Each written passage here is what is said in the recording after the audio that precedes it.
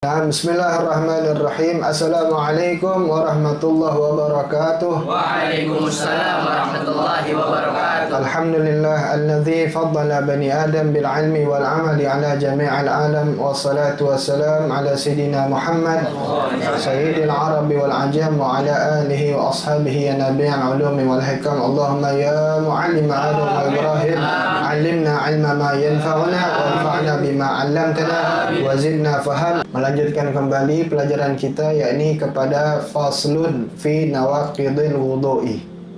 Pasal tentang nawaqid wudu'. Nawaqidul wudu'i arba'atu asya'a.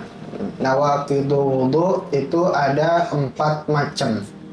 Apa itu nawaqid? Jam'un naqid. Yang disebut nawaqid adalah jamak dari naqid, yang berarti mayuzilu syai'a min aslihi, yakni sesuatu yang mencabut sesuatu dari akarnya, dari asalnya.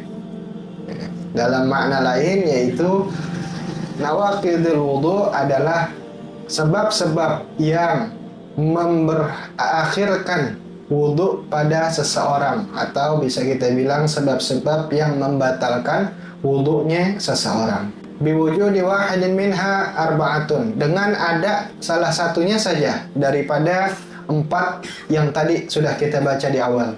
Al-awwalu al-khariju min ahadis sabilain. Yang pertama sekali adalah keluarnya sesuatu, apapun itu, dari salah satu jalan keluar, yakni min kubulin awid duburin. Baik jalan keluar itu dari kubul, yaitu kemaluan depan, au duburin, atau jalan keluar dari kemaluan belakang. Dikata jalan keluar karena tempat keluar dari apa yang kita masukkan ke dalam tubuh. Rihun au ghairuhu, baik itu bentuknya gas, angin, atau selain daripada angin, apapun. Illal mani, terkecuali adalah mani. Dia tidak membatalkan wudu. Nah, kita lihat di sini syarahnya. Al-makna annal awwala min nawaqidil wudu khuruju syai'in min qubulil hayyil wadih au duburihi mu'tadan kanal khariju kabaulin, yakni keluarnya sesuatu dari kemaluan al-hayyi al-wadih, dari orang yang hidup dan dari orang yang kemaluannya itu normal, wadih. Jadi keluar sesuatu apapun itu. Mu'tadan, yang keluarnya itu hal yang biasa keluar, yang memang seharusnya atau memang lazimnya keluar. Kabaulin, seperti air kencing. Wa ghaid, seperti kotoran manusia, ghaid. Dia memang seharusnya keluar. Ya, keluar benda-benda seperti itu, ya, itu membatalkan wudu. Wa rutubah farjin kharajat ila ma yajibu ghusluhu, pun juga di antara yang seharusnya keluar daripada apa?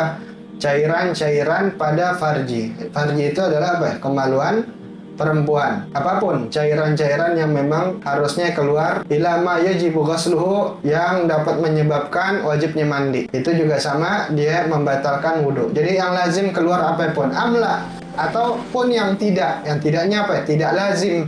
Yang tidak lazim keluar dari kemaluan depan maupun belakang, sama, ya, sama, dia juga membatalkan wudu. Apapun pokoknya kecuali mani. Apa contohnya yang tidak lazim? Nah, kadut, ya, yaitu cacing. Cacing. Misalnya ada anak kecil tuh cacingan. Nah, dia keluarnya cacing dari kemaluan belakangnya. Itu sama, kalau dia ada wudu, ya, dia sudah balik, ada wudu, keluar cacing, dia batal wudunya. Wadam, nah begitupun darah, baik darah segar maupun darah busuk, sama, kalau dia keluar dari kemaluan belakang atau depan, membatalkan wudunya. Wahasatin pun juga kerikil. Kerikil umpama nggak lazim nih keluarnya, tadi cacing nggak lazim, darah nggak lazim, sekarang apa? Kerikil, keluarnya kerikil misalnya. Ya, ini dikasih hukumnya karena memang ada, ya, ada apa ya adanya, nggak mesti kerikil, tapi benda keras lainnya. Contohnya maling permata. Permata ditelan sama dia. Ya, di film-film tuh Tahu nggak film-film mafia? Oh, dia maling permata. Kemudian maaf, 8 jam kemudian ya dia buang air. Keluarnya masih permata. Nah, dia wudhunya batal. Lagi mau maling pakai wudhu dulu. Ya, wudhunya batal. Walaupun keadaannya bentuknya itu masih utuh. Hanya nanti masalah dari bentuk itu akan terjadi masalah baru. Ya, masalah baru. Seperti misalnya ada orang makan biji kopi. Biji kopi. Biji kopinya dia makan. Begitu keluar gaid, dia buang air besar. Gaidnya itu masih berbentuk biji kopi. Nggak rusak dia. Itu biji kopinya mutanajis. Mutanajis, tidak menjadi najis.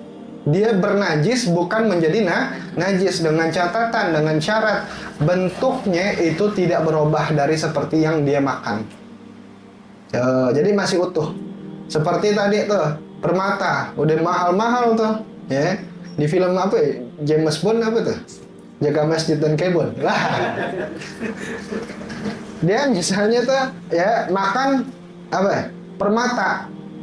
Nah, atau ya katakanlah dia bukan maling, cuma nggak sengaja dikira permen apaan dah tuh, nggak taunya sugus bentuknya malah lembek, ya.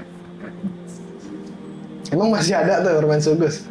Nah, pokoknya benda keras apapun ketika dia keluar dari tubuh, bentuknya masih sama seperti saat dia makan, maka bentuk benda tadi dia tidak najis, hanya berubah menjadi mutanajis. Maka cukup dihilangkan najisnya, benda tadi masih bisa digunakan lagi. Seperti biji kopi. Makanya orang kan masalah tuh kopi luwak, ya. Orang rasanya enak, cuma prosesnya kan jangan kita lihat. Dimakan tuh sampai luwak. Nah, tapi masalahnya dia halal apa enggak? Kalau ngomongin halal, selagi yang keluar dari luwak itu masih bentuknya biji kopi, maka dia hanya mutanajis, bukan menjadi najis. Beda hal kalau keluarnya, masuknya biji kopi, keluarnya umbi-umbian. Udah jadi keluar apa, bentuknya udah beda tuh. Nah, itu udah najis, bukan jadi mutanajis. Itu bedanya. Nah, mutanajis itu adalah bernajis. Berarti sesuatu itu aslinya tidak najis atau bukan najis. Nah, itu beda ya. Ya, sekarang keluar apapun, sekalipun yang keluar itu dalam keadaan utuh. Nah, kita nggak membicarakan benda yang keluarnya, tapi proses keluar dari tubuhnya itu merupakan apa? Menjadi penyebab batalnya wudhu. Itu yang pertama. Illa mania syakhsil kharija minhu awwala marratin. Ya Allah. Nah, kecuali mani ya. Mani yang mana nih? Maninya seseorang yang keluar dari orang tersebut yang pertama kalinya. Jadi umpama gini misalnya. Makanya kita kalau keluar mani itu disunahkan untuk kencing. Sunahkan untuk kencing. Ya, misalnya nih orang keluar mani, ya, kemudian dia belum keluar semua itu kan, keluarnya mani itu kan kemarin disifatin apa? Sedikit demi sedikit. Nah, dia belum habis bahasanya. Tahu dia mandi tuh.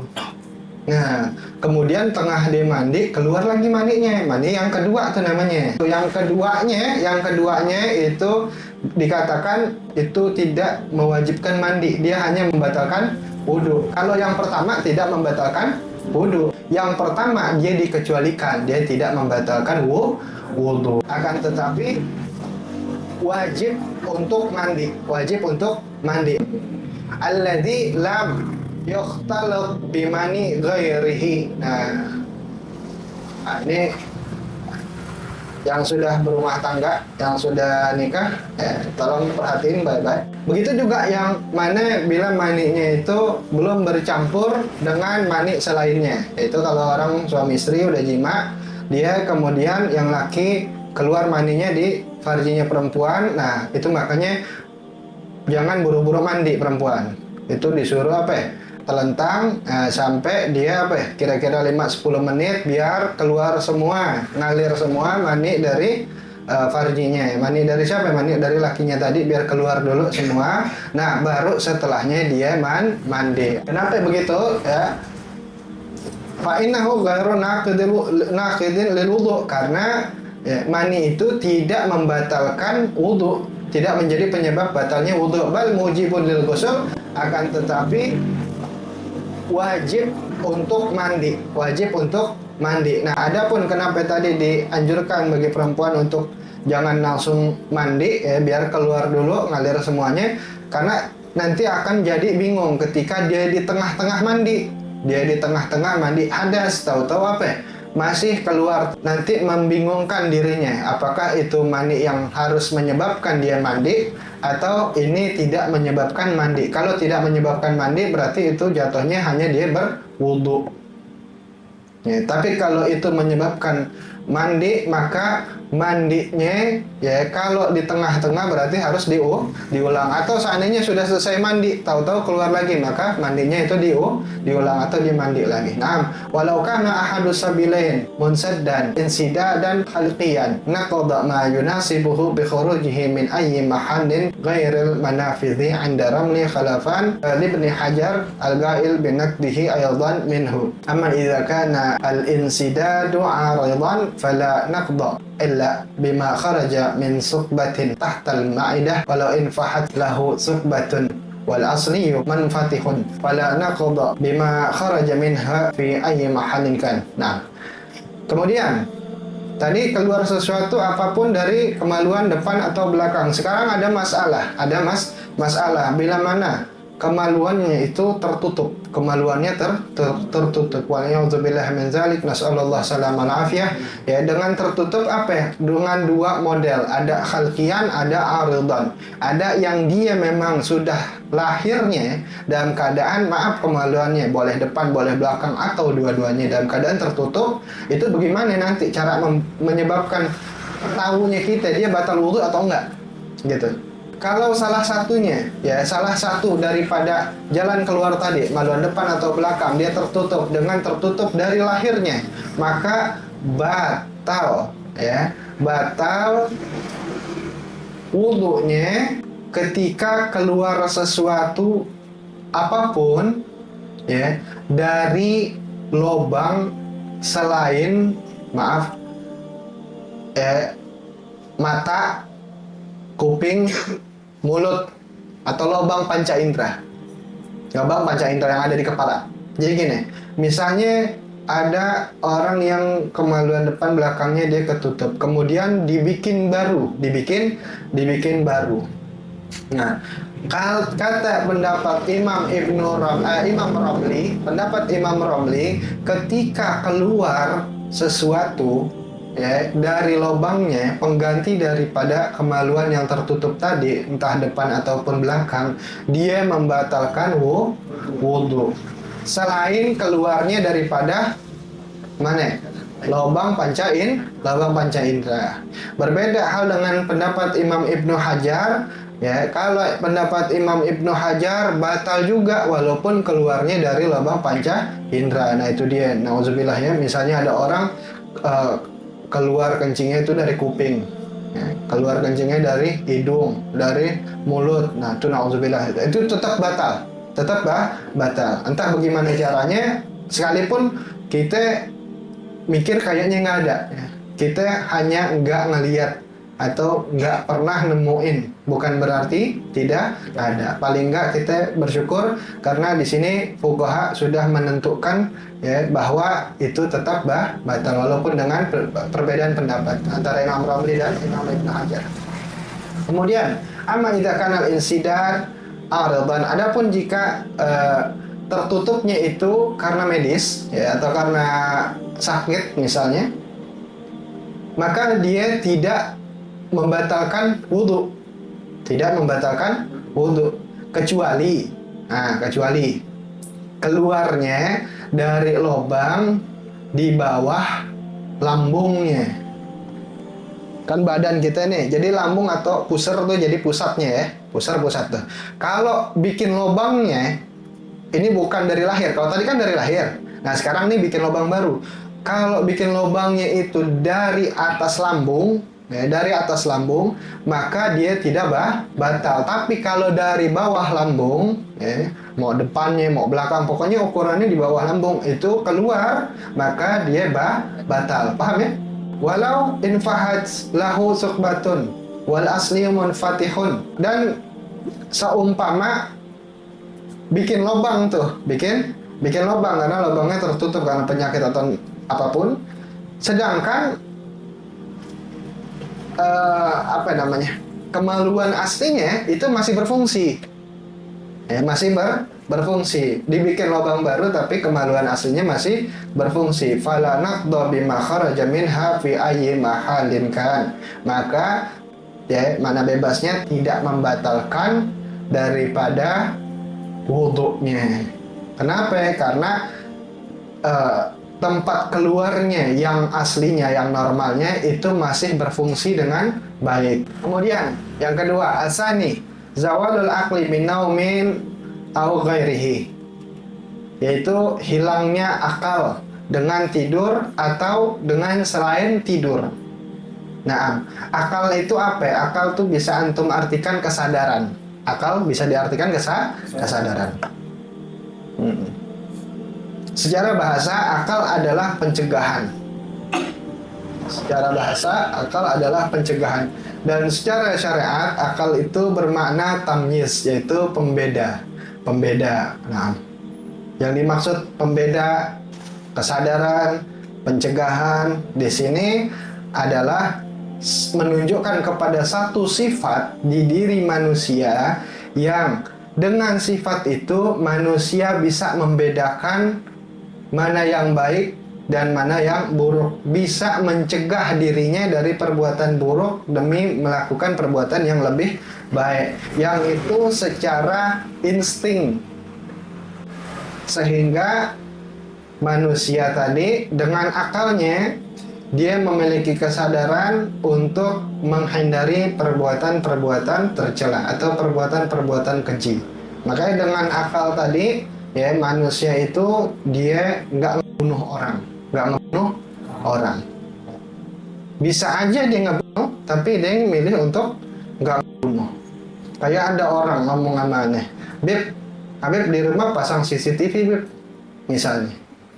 Kenapa emang? Aneh takut khilaf, katanya. Aneh takut khilaf, maksudnya mau mencelakakan aneh gitu. Nggak usah pakai CCTV, ngomong pakai akal ente aja. Kalau ente berakal, akal ente itu yang menjadikan pencegahan dari perbuatan-perbuatan yang keji, yang kejam, yang tidak seharusnya Anda lakukan. Paham? Itu dia. Itu akal. Mau lanjut nggak nih? Udah lama belum? Baru 22 menit. Nah, dengan apa tadi ya? Dengan tidur di sini diambilnya pertama dengan tidur au ghairihi, atau selain daripada tidur. Nah, yang dimaksud tidur apa? Huwa istirkha'u a'sabid dimag, yaitu yang dimaksud tidur adalah santainya saraf-saraf otak. Santainya saraf-saraf otak atau relax atau apa? Enjoy. Enjoy. Santainya saraf-saraf otak min ajli rutubah mayas adu min al-kharah al-mutasa'idah min al-ma'idah. Nah, yaitu rileksnya, santainya saraf-saraf otak dari disebabkan oleh cairan yang naik dari lambung. Makanya tiap habis orang makan itu bikin ngantuk. Karena apa? Cairan tadi ya, dia makin banyak tuh, cairannya makin banyak, cairan itu menguap, menyebabkan kantuk, hingga akhirnya pengennya tidur. Makanya kalau orang perutnya lapar susah ngantuk, bener nggak? Orang lapar nih, susah. Tuh itu puasa kan tuh, puasa kan nih? Cahayanya sih cahaya puasa nih, walaupun setengah hari. Nggak sebelum Ramadan maksudnya, sebelum Ramadan nggak boleh gitu. Aneh sangka baik mantung semua. Nah, ya kan orang lagi siang-siang tuh. Nih ente ngantuk nih, abis sahur nih. Bawaannya ntar ngantuk. Ya. Atau sekarang ngantuk nih, nanti habis sahur ngantuk. Jajal deh, siang-siang. Bawaannya gelisah, mau ditidurin juga nggak bisa. Karena apa? Cairannya lagi kosong tuh tadi tuh, yang menyebabkan kantuk. Ini ulama Masya Allah. Al-ma'na an-nasaniya min nawaqidil wudu' zawalut tamyiz yaqinan binaumi au al-junun awil igma awil sara au syukur. Syukurnya sukran maksudnya, au nahwiha, yaitu dari makna yang menyebabkan batalnya wudhu adalah hilangnya kesadaran secara yakin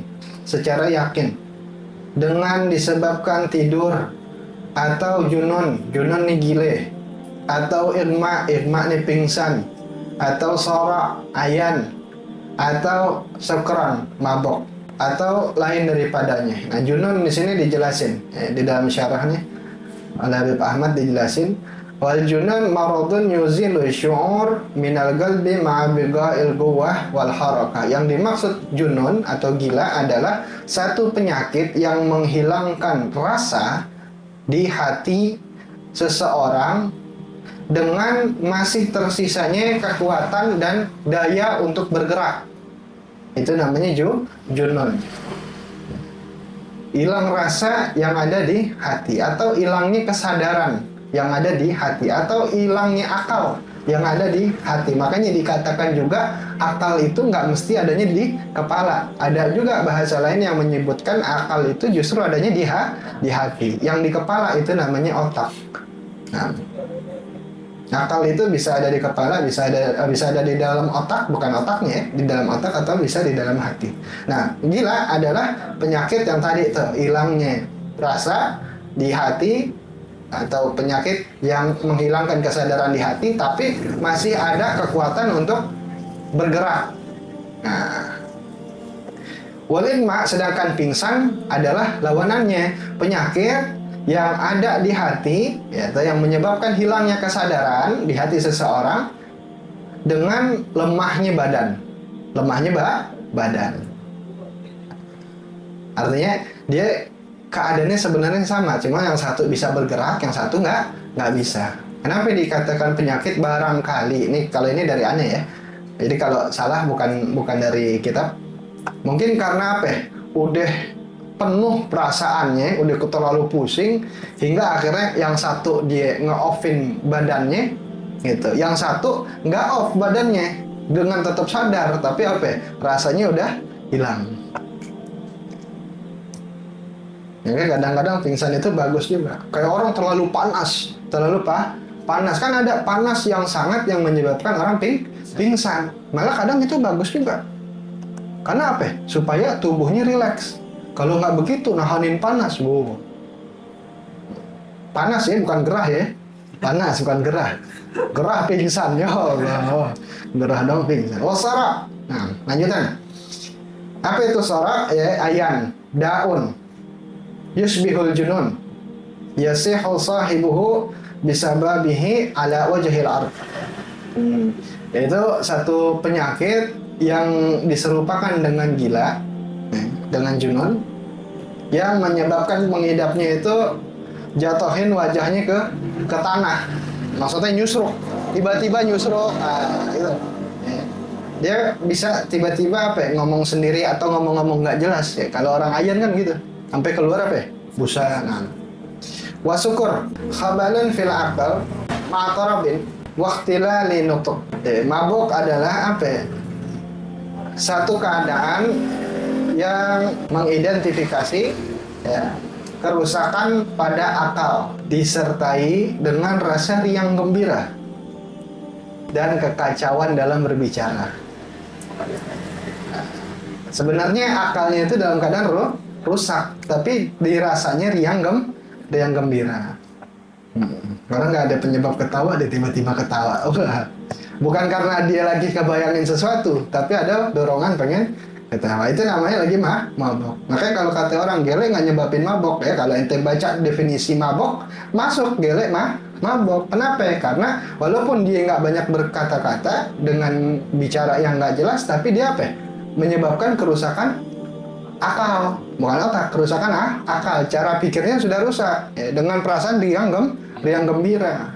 Maka kalau orang mabuk kan diajak ngobrol, ya lo cerita aja deh. Ya, ntar tiba-tiba dia joget, ntar tiba-tiba dia curhatnya apa aja dah. Nah, itu bahkan dikatakan juga apa ya, bisa mengeluarkan rahasianya justru. Orang dalam keadaan mabuk. Nah. Sini ada tanbih, ada perhatian ya, ada tambahan dari pemberitahuan, dan ini berarti penting kalau disebut tanbih.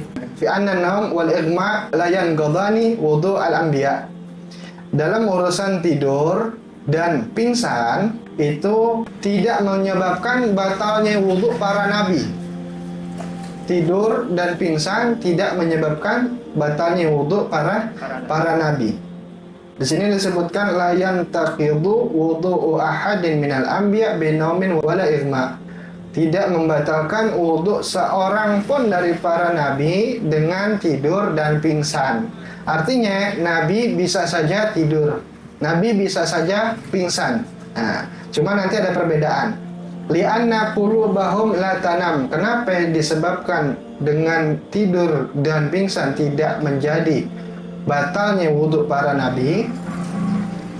Karena tidur dan pingsan itu adalah proses hilangnya kesadaran. Sedangkan hatinya para nabi itu tidak ikut tidur meskipun badannya tidur. Itu kenapa dia? Ente kenapa? Ngapain tadi? Kebiasaan ente begitu tiba-tiba.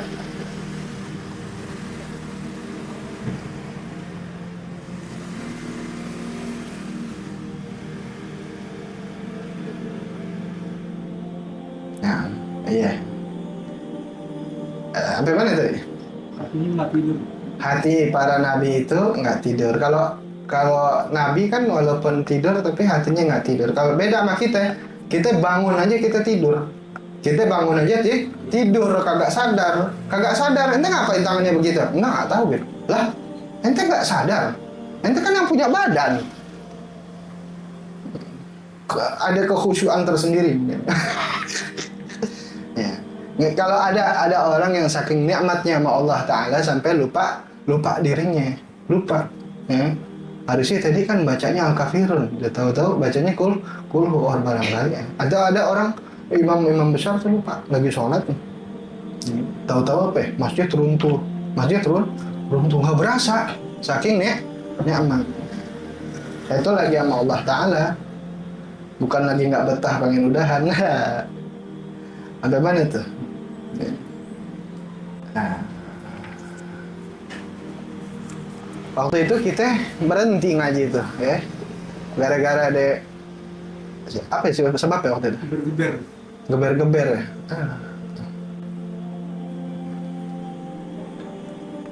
Tapi wajar sih nggak apa-apa. Cuma paling enggak tuh kita ingat nanti ada masanya kita mati, Apa yang ente lagi kejar selama ini? Besok aja pengen kerja, nggak? Iya, tapi besok ente juga nggak wajib untuk bangun tidur, paham nggak? Nggak wajib untuk bangun tidur. Siapa yang bisa pastiin pulang dari sini ente masih bangun pagi-pagi? Siapa yang bisa pastiin? Besok kan kerja, iya, tapi besok emang ente wajib bangun. Kalau bukan karena Allah Ta'ala yang kasih ente bangun. Tapi kalau Allah Ta'ala nggak kasih ente bangun, selesai usia ente. Terus apa yang ente mau kejar? Jadi pengen buru-buru. Ya. Memang kita sebagai manusia memang harus cari urusan dunia. Tapi akan jadi salah besar ketika Anda merasa hidup itu hanya di dunia. Dunia mazra'atul akhirah. Dunia itu jembatan akhirat. Jembatan ke akhirat. Ada orang bikin tenda di jembatan. Artinya ada orang tinggal lama di jembatan. Nggak ada. Jembatan itu hanya sebagai alat lewat. Tempat lewat doang. Digunakan untuk tujuannya bukan di jembatan. Jembatan kan tempat lewat doang. Ya. Tapi jembatan itu juga membawa manfaat yang besar. Karena kita itu diwajibkan untuk beramal soleh dalam agama, bukan di akhirat, tapi di dunia.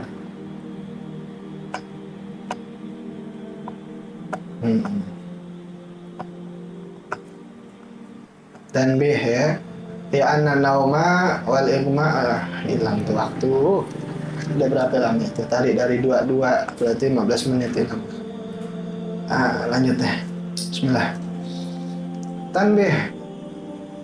Ya, ada perhatian di sini tentang wudunya para nabi.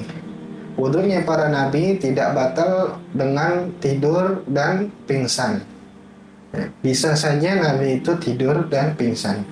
Hanya bedanya tidak membatalkan wudhu mereka alaihi wassalatu wassalam. Karena apa? Karena dalam keadaan tidur, pingsan, perasaan seseorang itu dia tertidur, hatinya tertidur sebagaimana tubuhnya.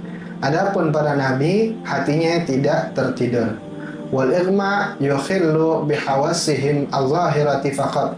Adapun jika nabi siapapun para anbiya itu pingsan, maka pingsannya nabi itu hanya mengkosongkan kesadaran zahirnya secara zahir saja, secara zahir saja kosong. Tapi hati mereka para anbiya itu sama sekali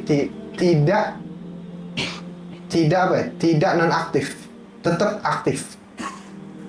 Wa yastahilu alaihim ghairuhuma mimma yuzilu tamyiz. Kenapa yang disebutkan hanya tidur dan igma? Karena mustahil para nabi alaihi wassalatu wassalam itu ya mendapatkan penyebab yang lain daripada tidur dan pingsan. Seperti apa tadi? Junun, gila, terus apa lagi? Ayan, terus apa lagi? Mabok. Mustahil para nabi ngedapetin dari yang ini. Jadi hanya dua. Bisa saja nabi pingsan, bisa saja nabi itu tidur. Hanya keadaannya berbeda. Di sini disebutkan ya, di dalam hadis akhraja al-Bukhari, ini dikeluarkan di dalam hadis Imam Bukhari atau kitab Imam Bukhari dan Imam Muslim, bahwa Sayyidina Ibnu Abbas radhiyallahu anhuma, semoga Allah taala meridhai beliau mengatakan ya, pernah satu masa Rasulullah SAW beliau tertidur hingga cukup pulas. Anda katakan cukup pulas karena nggak mungkin benar-benar pulas, ya, cukup pulas. Kemudian satu masa datang Sayyidina Bilal, kemudian Sayyidina Bilal azan. Fa kharaja fa shalla subha wa lam yatawadda. Kemudian Nabi SAW keluar, artinya bangun, keluar dari rumah, bangun ke masjid. Kemudian beliau hendak melaksanakan salat subuh tanpa ngambil wudhu. Padahal saat itu terlihatnya apa? Beliau pulas. Wa fi riwayatin qala, di dalam satu riwayat Nabi SAW bersabda, tanamu aini wa la yanamu qalbi. Sallu ala Nabi. Mataku tertidur tapi tidak dengan hatiku. Nah, itu bedanya. Kalau kita, udah nggak jelas ya. Illa gauma ga'idin wa makkinin mat'adahu minal ardi. Nah, tidur itu menyebabkan batal wudu dengan kecuali tidur yang dalam keadaan duduk yang mumakkin, yang masih menetap dengan tempat duduknya. Masih menetap dengan tempat duduknya. Mumakkin di sini dijelaskan ala yakunu bainal maq'adi wal maqar tajaf. Nah, tidak ada jarak antara bokong dengan tempat duduknya. Kalau dia ada jarak, maka itu keluar dari kata mumakkin. Berarti batal wudunya. Nah, kalau yang masih mumakkin, nempel antara bokong dengan tanahnya, ya, antara bokong atau pantatnya dengan tanahnya itu masih nempel, maka dia tidak batal. Dan nggak boleh terlalu gemuk, juga nggak boleh terlalu kurus. Dia nggak batal sekalipun dengan habuah. Tahu nggak itu habuah? Biasanya siapa yang pakai Habib Jindan ya? Habib Ahmad. Nah itu yang buat sandaran duduk habwa namanya. Nah itu dia walaupun pakai habwa tidur dalam keadaan duduk itu tidak membatalkan wudhunya. Tuh. Atau nggak pakai habwa, pakai apa nih? Rida diikat begitu, sama. Dia tidak membatalkan wudhu. Atau nggak pakai rida, pakainya tangan, digituin, nggak kelihatan nih. Ya dipeluk deh tangannya, tahu ya? Nah, itu sama, dia tidak membatalkan wudhu. Dengan catatan tadi, posisi pas dia tidur dengan meleknya itu tidak berubah, sama. Lain halnya walaupun dia duduknya begini nih, atau sila. Oh rapi banget deh, kayak orang mau betapa. Udah tegak banget rapi. Tapi begitu dia melek, udah nggak jelas. Dia nyender di tembok, udah di pinggiran, nah itu udah batal wudhunya. Batal. Jadi syaratnya juga begitu. Antara dia tidur dengan bangun dalam keadaan duduk, itu nggak boleh berubah posisinya. Ya, nggak boleh berubah. Walaupun kalau pakai habwah, antara ya meleknya dengan masa tidurnya itu dia masih sama. Nah, bangun-bangun gitu, itu nggak batal. Nah, keberapa sekarang nih? Oh, ada catatan lagi. Naam, law akhbarahu ma'sumun aw adlun bi khuruji naqid in qada wudhu'uhu 'inda Ibnu Hajar wa khalafahu ar-Ramli fil 'adl. Umpama dikhabarkan oleh orang suci, yakni para nabi maksudnya. Kalau ada orang ketemu sama nabi misalnya, kemudian ya dikasih tahu, atau kalau bukan nabi, orang adil, kemudian dikasih tahu tidur dalam keadaan duduk tadi batal. Qadir misalnya, Qadir lagi dalam keadaan duduk tuh tidurnya, harusnya nggak batal tuh.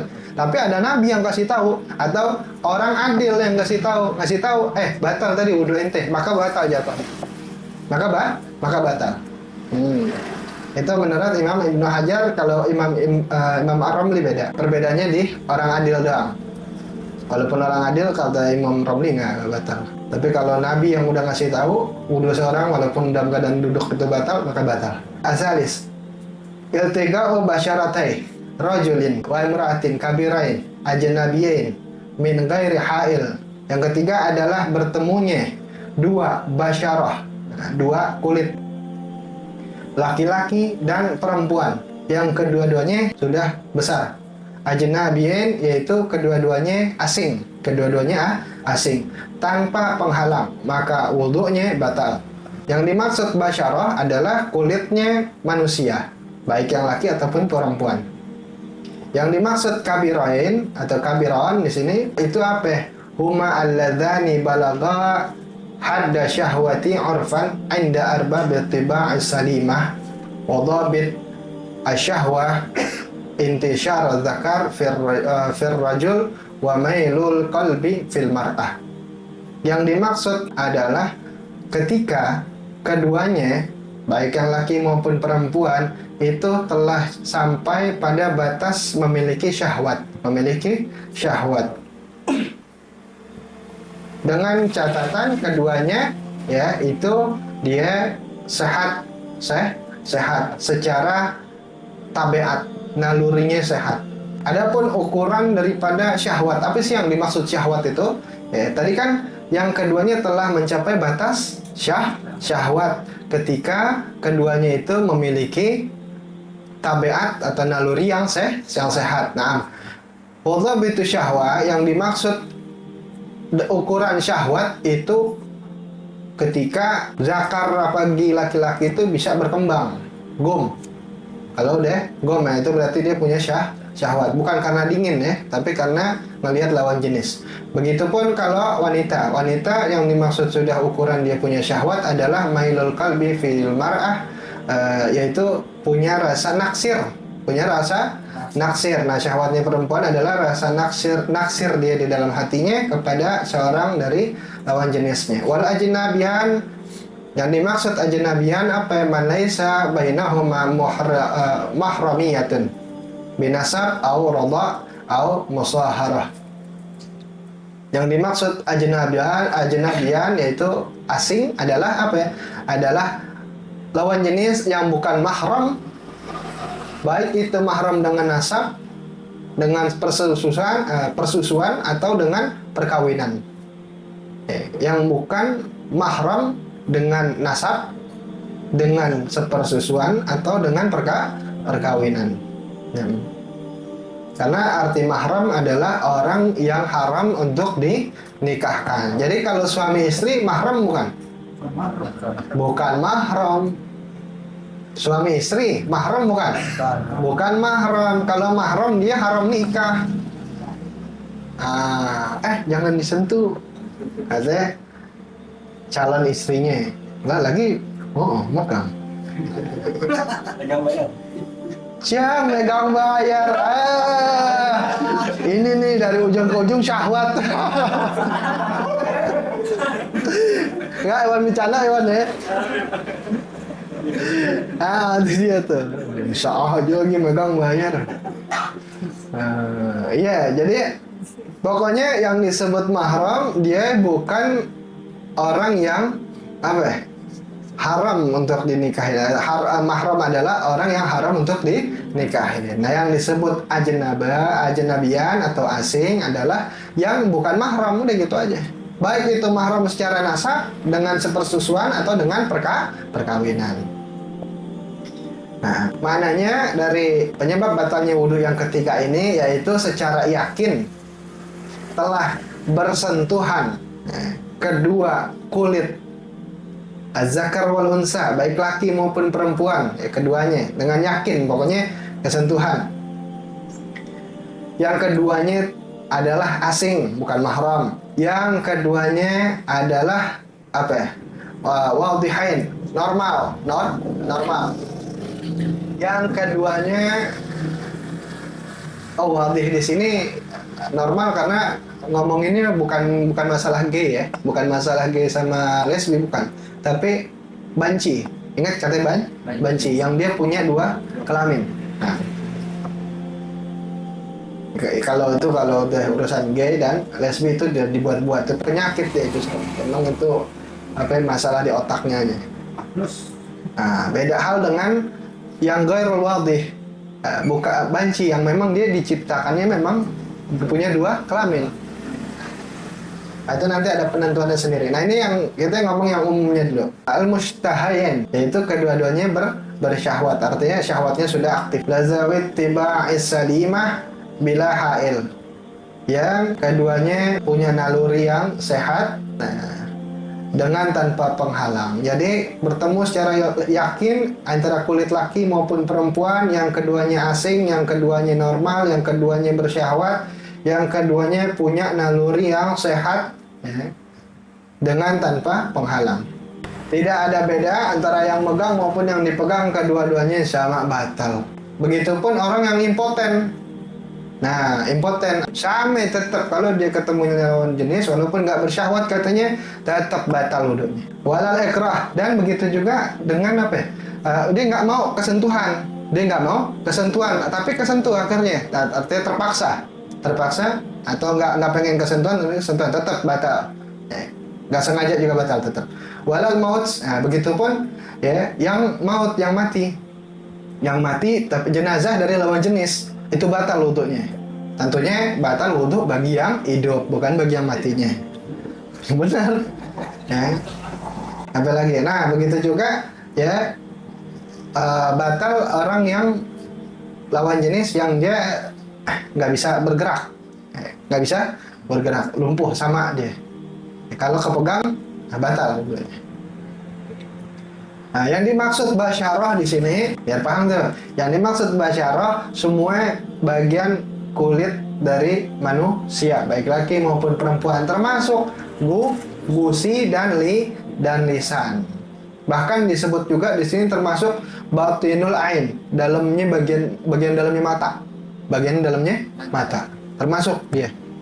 Itu masuknya basyarah. Dikecualikan yang bukan basyarah itu rambut, kuku, dan gigi. Dia tidak membatalkan wudhu kalau bersentuhan. Karena ada orang saking kangen-kangenannya. Suami istri udah lama nggak ketemu. Umrohnya naik sepeda. Kan 7 bulan perjalanan. Oh, ketemu, jangan, ani baru banget mau sholat, ya. Batal nanti wudhunya. Akhirnya apa? Begini doang nih ketemu kuku gini-gini doang, kagak batal nggak? Oh.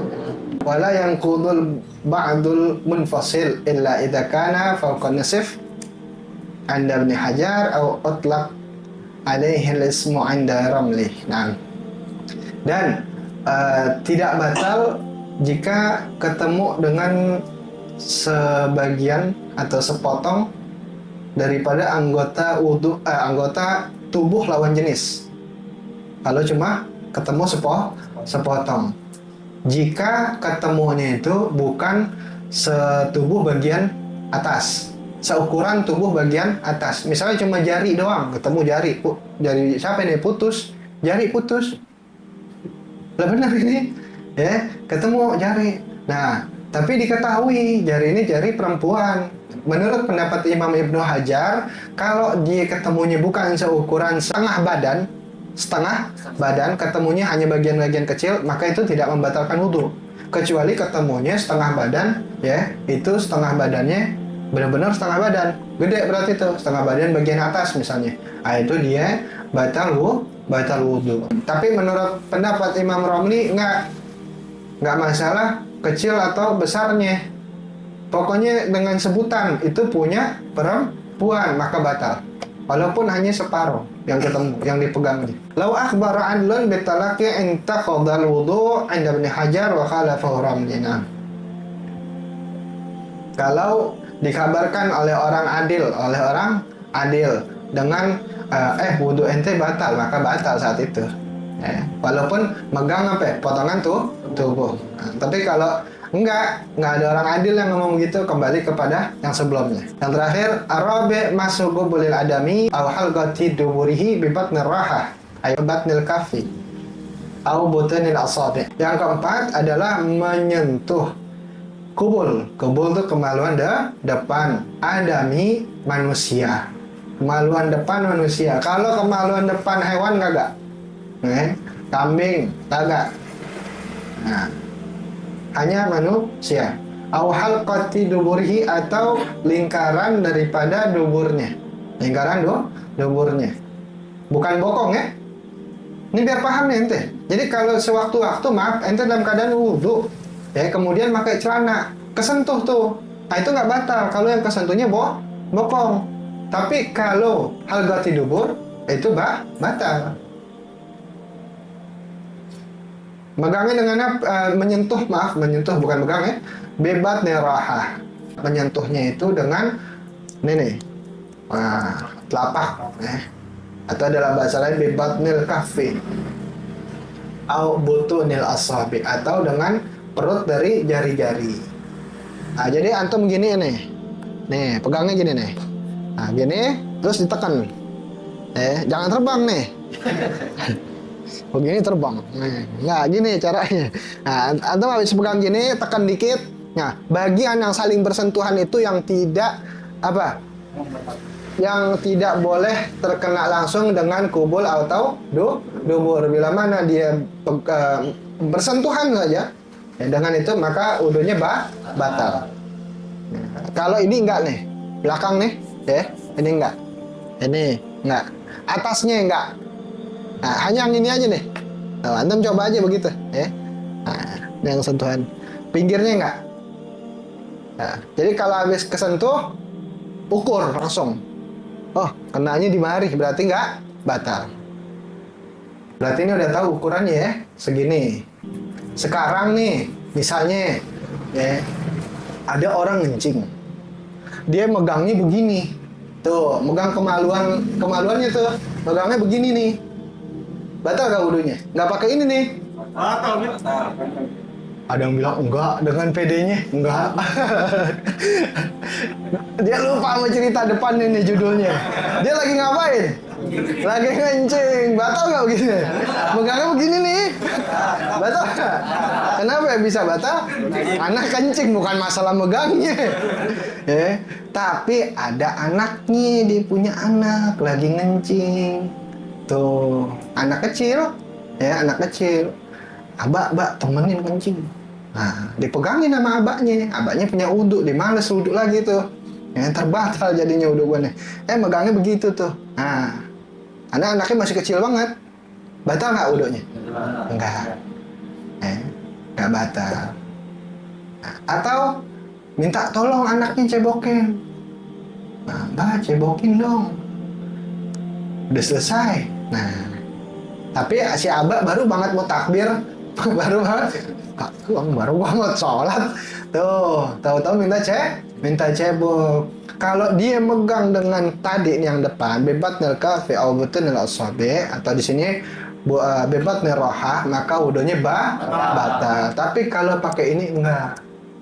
Jadi ente boleh nyebokin pakai belakang, ente nggak batal. Yang penting antum tahu tadi menghilangkan najis, menghilangkan najis pada anak tadi. Itu tidak batal. Paham di sini ya? Itu di antara 4 yang dapat membatalkan wudu. Anak ente yang dicebokin, bukan orang lain ya. Lebih kurang minta maaf yang terrida. Ya, mudah-mudahan sedikitnya bawa manfaat. Wa bisiril Fatihah. A'udzu billahi minasyaitonir rajim. Bismillahirrahmanirrahim. Alhamdulillahirabbil alamin.